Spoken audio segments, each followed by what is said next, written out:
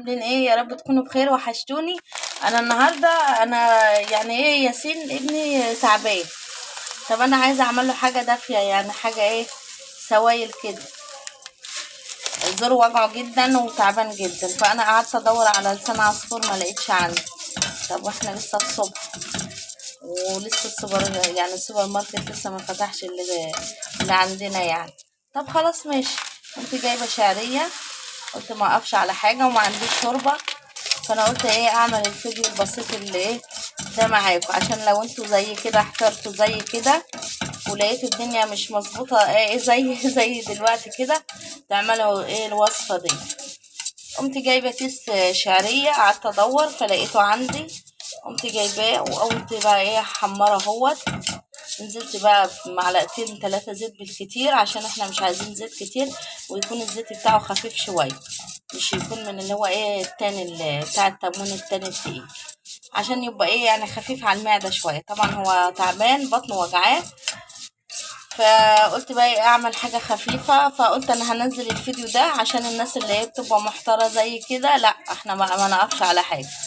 عندنا لسان عصفور نعمل، ما عندناش نجيب بقى شعريه ونعمل شعريه، مش هتقول لا يعني.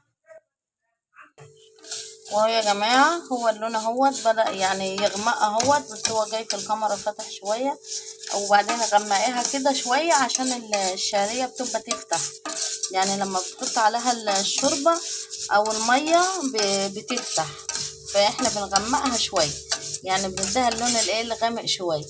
اهو هو اللون ده كده عاد مناسب معايا، بس هو جاي في الكاميرا ايه فاتح شوية صغيرين كده اهوت. وبعدين انا برضو ما عنديش شوربة، فانا هعمل ايه، هنزل بمية عادية خالص من الحنفية، وعندي 2 بقى مرقة دجاج هحطهم. انا بقول لكم كده بس ان انتوا عارفين ان احنا مش عايزين نقف على اي حاجة، يعني احنا مثلا حتى لو يعني ايه اي حاجة عندنا تفتح. وهوت انا حطيت المية بتاعتي على الشعرية، وعندي 2 مرقة دجاج هنزل بهم دلوقتي، هيدوني طعم وهيدوني برضو ايه يعني دهون لها اهوت. نزلت بواحدة وادي التانية هي هنزل بها.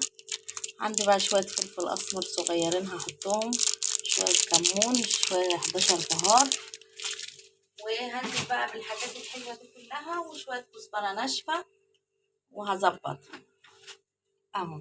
شوية كمون صغيرين،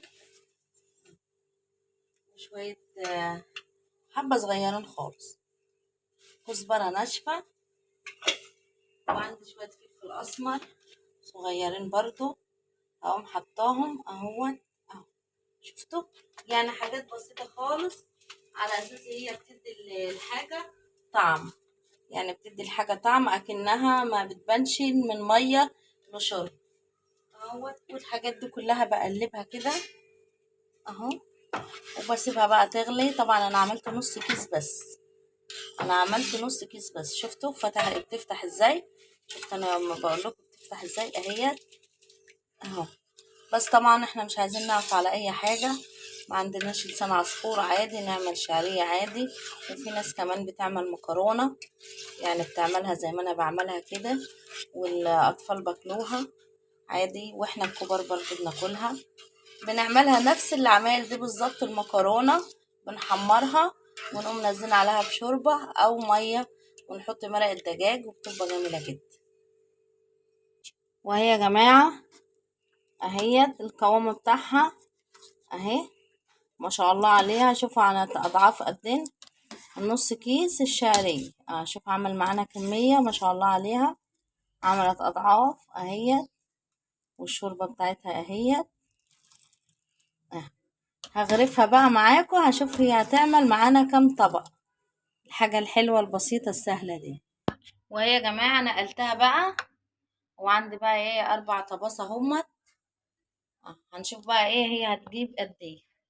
بسم الله، بسم الله الرحمن الرحيم اهوت يعني انا مش عايزة نقف على اي حاجة، ما عندناش لسان عصفور نعمل شعرية، ما عندناش شعرية ممكن نعمل مكرونة عادي اهوت. ده احنا هنعمل كلنا، مش هيبقى ياسين بس، كل العيلة هتاكل هتشرب شعرية اهوت. انا كنت عملتها معاكم شعرية بالسكر والكريمة فوقها اهي. اهي هما اولادي بيحبوها كده، مش بيحبوها يعني يكون فيها ايه مية كتير. شوف احنا كده عملنا 4 3 وده ايه الرابع اهوت. صغير طبعا بس انا عندي اطباق كبيرة.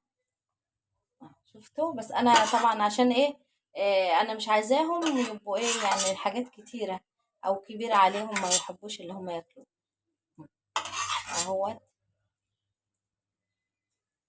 وعندي طبعا لسه اهو في الحلة. شوفوا هنزل بقى كده اهو. ايه رايكم بقى في الفيديو البسيط السهل ده؟ بحب دايما اقدم لكم الحاجة البسيطة السهلة اللي انتوا ما تحتاروش فيها، اللي انتوا ما تقفوش على اي حاجة اهو. دي طبق صغير ده بتاع ياسين الصغير اللي زيه ده اهوت. وادي الشعرية بتاعتنا معاك اهيت. يا رب يكون الفيديو عجبكم، واشوفكم على الف خير في فيديو جديد. ولو اول مرة بتشوفوني انا اسمي نجوى ابراهيم. مش تنسوا بقى اللايك والاشتراك يا جماعة، اللايك والاشتراك في القناة وتفعلوا الجرس عشان يوصلكم مني كل جديد. اشوفكم على الف خير في فيديو جديد. مش تنسوا تصلوا على النبي عليه افضل الصلاة والسلام. ما تقفوش على اي حاجة يا جماعة، وعايزين كده الايام تبقى حلوة ولذيذة. اشوفكم على الف خير في فيديو جديد. مع الف سلامة، باي باي.